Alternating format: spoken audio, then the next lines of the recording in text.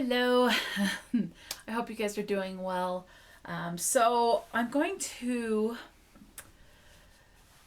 break up my TBR wrap up into at least two different wrap up videos because I have two readathons I was trying to participate in, plus a bunch of book clubs, and then plus my normal TBR. So depending on I have obviously this video is for my regular catwalk TBR for the month of June.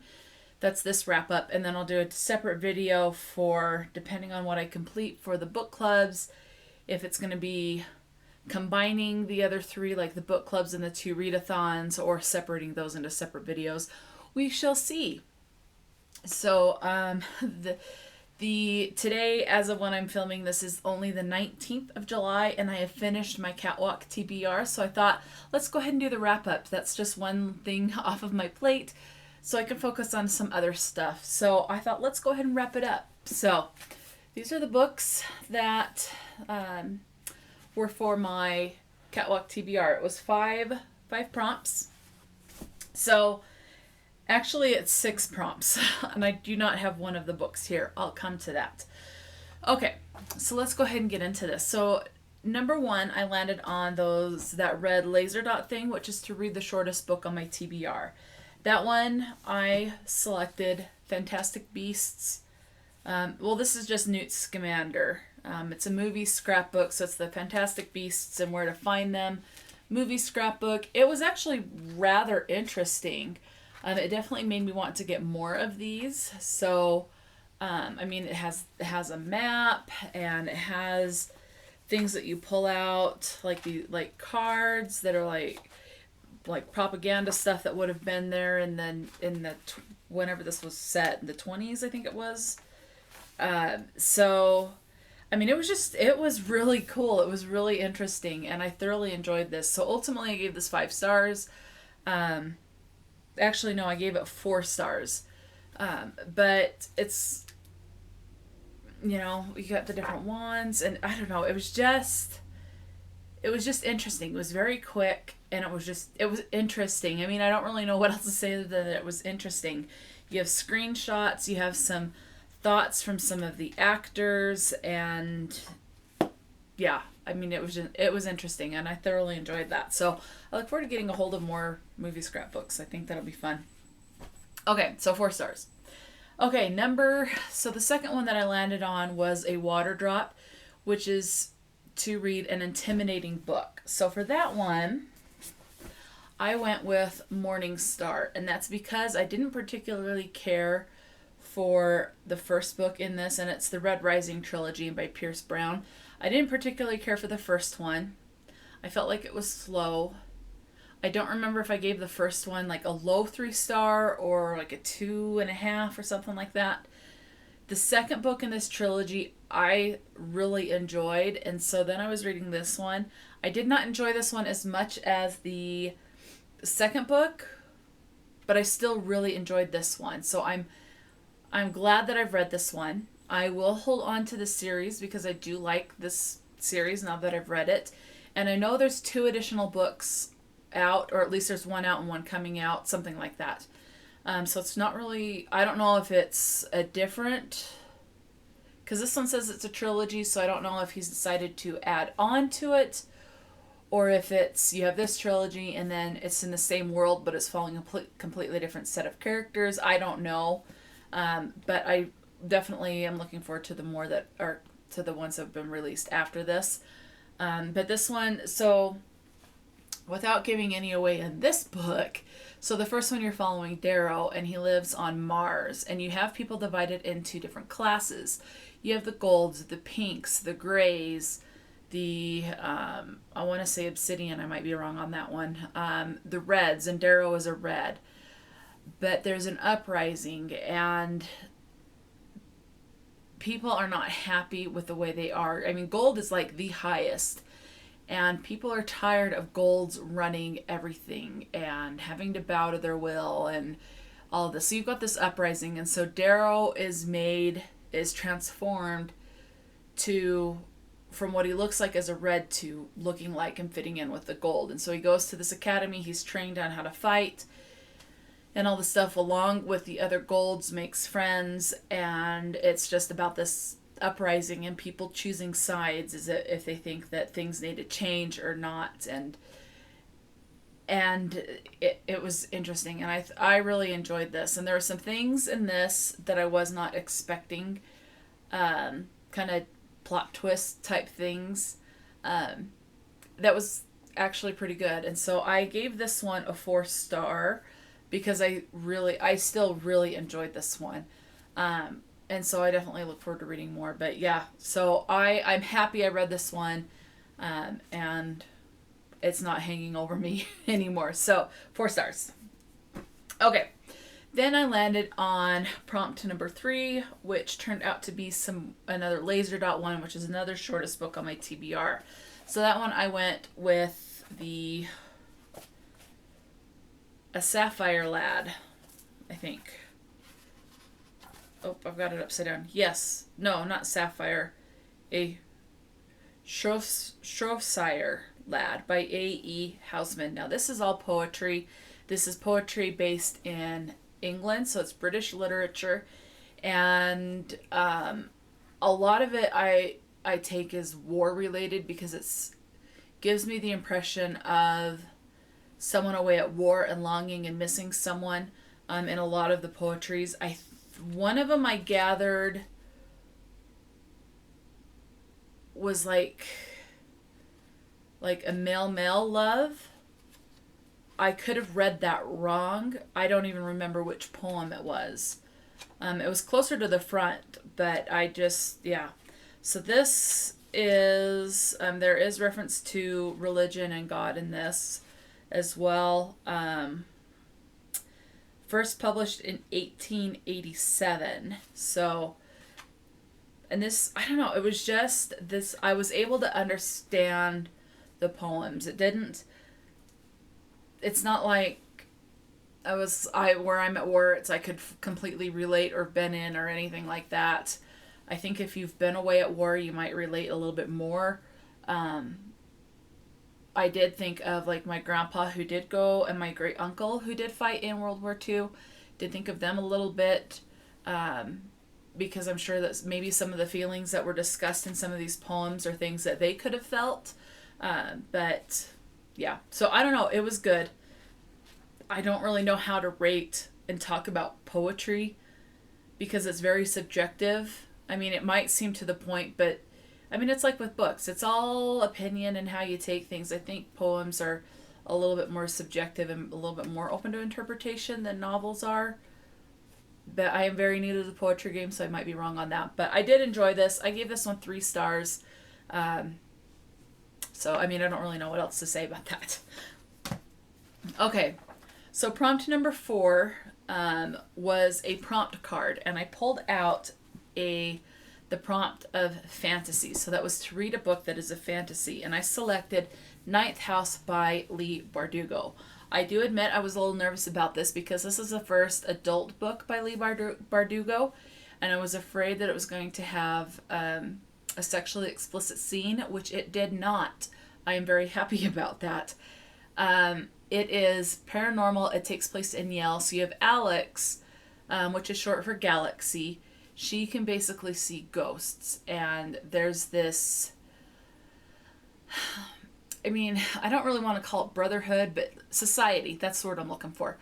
That it's, I don't know, it's like you've got these houses and each are a part of a different part of the paranormal activity. You have one that does, that is more in charge of portals. You have another house that's more in charge of herb stuff, like not medicine, but things that you can take, like a powder or a lozenge or something that gives you or heightens certain abilities.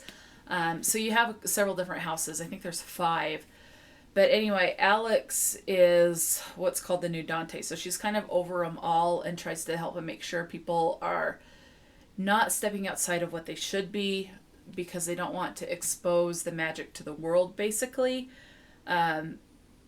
And to know her backstory, and I it's like I was going down one path, and then all of a sudden I'm switched to another path. I absolutely love this. Leigh Bardugo did not disappoint. And it definitely left off in a way that it's like, I am so looking forward to the next book in this series, that I hope it's just as good. Yes, it is dark. I mean, you're dealing with death and a lot, and drug use reference, a lot of drug use reference. So sexual assault of a child is mentioned as well, so definitely be wary of that. But I loved it. This was just right up my alley. I absolutely love this one. I gave this 5 stars. Absolutely love this one. So far, favorite book of the month. Okay, so prompt number 5, I landed on another prompt card, and that was to read the highest rated on my Goodreads TBR. So now this one only had like 4 or 5 reviews on Goodreads. I just looked at the star rating. I didn't look to see how many people had reviewed it. But anyway, that is Mystic Angel by Debbie Ihler Rasmussen. I don't know how to say the middle name. Anyway, so this is a trilogy, and this first one is called Mystic Angel. It's the Mystic Lake trilogy, or just Mystic trilogy. So this is book 1, and you're following the 2 main characters. Well, there's a couple of main characters, but Aspen is the major main character. And she sees things that she's just hooked up to and her family imagination or things like that. But basically she can see dead people. She doesn't quite realize that's what it is until as she starts to get older. Things start to get a little bit more intense as her dad, Jackson, uproots his wife, Susan, Aspen, and her older brother, Noah, from San Clemente, California to Somerville, I think it's Tennessee, because Memphis is mentioned a lot. So things start to get more intense as far as what she can see and things that she can experience. They meet 2 new friends, Gavin and Kieran. You're also dealing with grief for loss of a friend, of a best friend. So beware of that. It was good. I believe this is an independent published book, because that's the sign for the publisher, just that pen thing, nub thing there. But part of why I think this was definitely not a major publisher or something like that is because of the amount of grammatical errors and editing issues in this. So if something like that really bothers you, you may want to avoid this. But if you're able to kind of look past this and focus more on the plot, as annoying and jarring as some of it may be, the plot I thought was very interesting enough. I mean, they've got this, there's this Allen, it's Aspen Allen is the last name, the family's last name. And there's, in this town of Somerville, there's this legacy that goes along with it. And so they're trying to figure out this legacy as well. And things like that. And I don't really know what to say without giving a lot away. I mean, it's really pretty basic. She sees ghosts. She tries to figure out why and uncover more of the family legacy. And, you know, some things are thought as far as certain conflicts, and it turns out it's something, you know, might be something else. Some things are how they thought it was, and some things not. And I mean, I don't really know what to say. You know, unexplained events do happen to Aspen. I mean, they do figure them out, you know, I will say later in the book, but at the beginning, you don't know why certain things have happened. But yeah, I just don't really know how to explain that. But, so some of the grammatical stuff is like, there was one point where a whole paragraph repeated. Like there was the paragraph, and then there was a line, and then the same paragraph word for word repeated. There's some punctuation issues, like the comma's not in the right place, the quotation bracket's not in the right place. It just certain things like that. And some things are more jarring than others. Others you just kind of skim across. But there's definitely more grammatical issues than in something that's not independently published. I think it's independently published. I'm pretty sure it is, but I liked it. I thought the plot was interesting enough. I got attached to the characters enough that I definitely want to continue on with this series. So I did enjoy this one. I did end up giving this one a 3-star. I thought the plot and the storyline was more of a 4-star, but the punctuation issues and the grammatical issues was jarring enough that it knocked it down to a 3-star for me, but not enough to deter me from continuing on in the series. So I just need to get a hold of the second book, but I do look forward to this one. So 3 stars. Okay, so prompt number 6, I landed on a water drop, and that was to read another intimidating book. Now, this book I no longer have with me, and I'll explain why in a second. So I selected the book of Jaws, which is what the movie was based on. I DNF'd it. It was boring. I think because it's been so long since I've seen the movie, but I think I had the book built up so much in my head, and I was afraid it wouldn't live up to the expectations, which it did not, in my opinion. It was okay, but it was boring. I got literally like halfway, like to page 175 out of the book, and I was just bored, and I just couldn't take it anymore. I did stumble, like, and about that time also is, and I thought, well, maybe if I push through, I was going to try and push through, but then I came across a scene that was starting to get a little sexually explicit. I mean, it's not the most sexually explicit I've ever come across or read, but it's like, it was just like, you know what? No, I just don't want to read that part. And it was like 2 or 3 pages. Yeah, I could have skipped it, but it's like I don't see how that was. I don't know. It just my biggest issue was just it was boring. It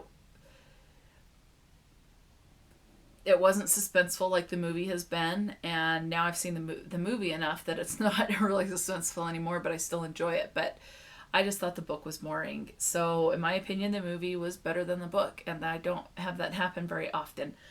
So I DNF'd it. I went ahead and already unhauled it because I'm not going to reread it, or I'm not going to try and read it again. So that's gone, no longer in my possession. So that's gone. It's been donated so that someone else can enjoy that. So that is what I read for the monthly Catwalk TBR.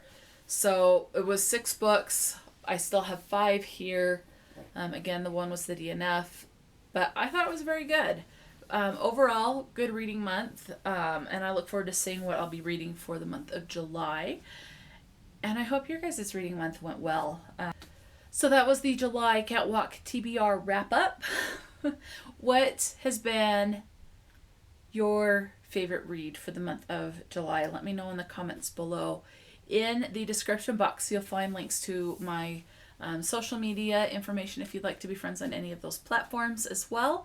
And until next time, stay true to yourself and enjoy a good book. And I'll talk to you later.